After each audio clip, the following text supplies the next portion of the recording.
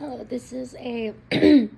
peer response for Leah Alexis Miranda. I think you explained it pretty um better than I could have had. I feel like because that there is that sort of taboo-ness or kind of brush under the rug thing about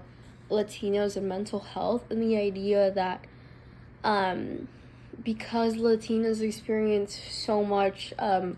underlining stress, whether it be with the culture itself and social, economical, social environmental things that just are not in your face anxiety, but just everyday problems that just seem to build up. I feel like people tend to be kind of taboo with it, or think that you may be cursed, or think that you may have some sort of anxiety. And also, not to mention the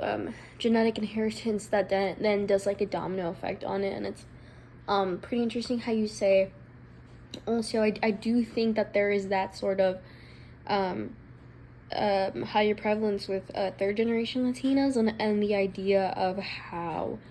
because they're more acculturated or assimilated, that they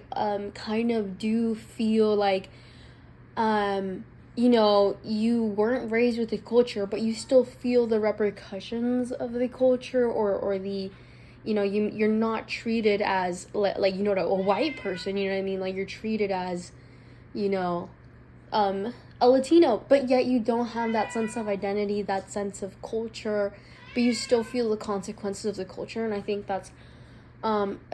something that needs to be talked about more, because I feel like I've always been told by third generation Latinos, oh, I wish I was as close as my cousins as you are, because me and my cousins are really close, or I'm fluent in Spanish, and they're I always feel like third generations are always oh, I wish I knew Spanish, or I wish I had a quinceañera like you. I you know what I mean? Because I do feel sort of out of space, or I find difficulty navigating in my American side and my Mexican side, but I do feel very privileged that I get to experience both, and that I have that sense of identity, and I play with my biculturalism,